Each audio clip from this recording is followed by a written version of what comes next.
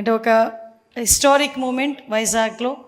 ఈ హిస్టారిక్ మూమెంట్లో మమ్మల్ని కూడా పార్టిసిపేషన్కి అనుమతి ఇచ్చినందుకు, అట్ ద సేమ్ టైం మంచి అవకాశం ఇచ్చినందుకు ప్రత్యేకంగా ప్రభుకిషోర్ గారికి నేను ధన్యవాదాలు, నమస్కారాలు తెలియజేసుకుంటున్నా.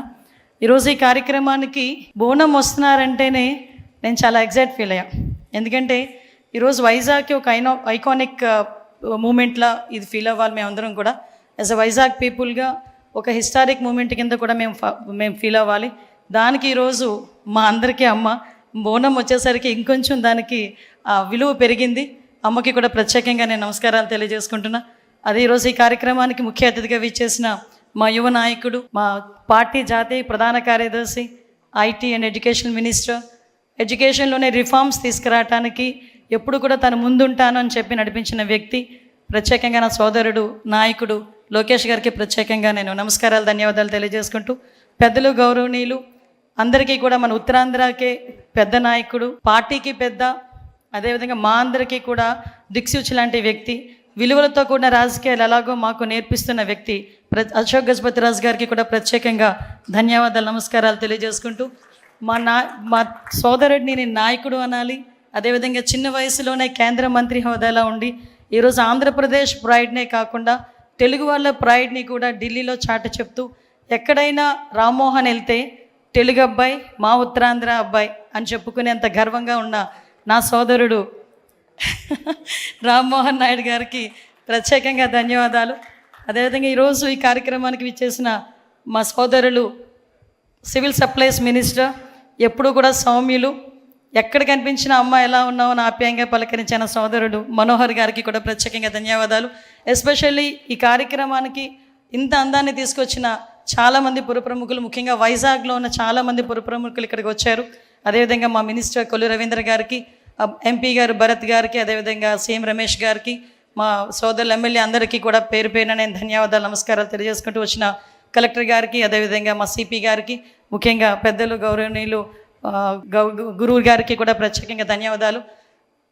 ఎస్పెషల్లీ సార్ తాలూకా విజన్ ఏదైతే 2047 విజన్ అయితే ఉందో, ఆ విజన్కి అనుగుణంగా ఈరోజు వైజాగ్ ముందుకెళ్తుందని చెప్పడానికి ఈ ఐకానిక్ ఇది ఒకటి డ్రీమ్గా మేము అనుకున్నాం. కానీ ఈరోజు ఇక్కడ సాకారం కాబోతున్నందుకు నేను చాలా హ్యాపీగా ఉన్నా. వైజాగ్ అన్నది హ్యాపెనింగ్ సిటీ, ముఖ్యంగా చంద్రబాబు నాయుడు గారికి, మా సీఎం గారికి చాలా ఇష్టమైన సిటీ. ఎందుకంటే చాలా సందర్భాల్లో నేను విశాఖపట్నం సిటీని ఇష్టపడతాను అనలేదు, విశాఖపట్నం సిటీ అంటే నాకు ప్రేమ ఎక్కువ, నేను ప్రేమిస్తాను అనే పదాలు చాలా సందర్భాల్లో ఉపయోగించారు.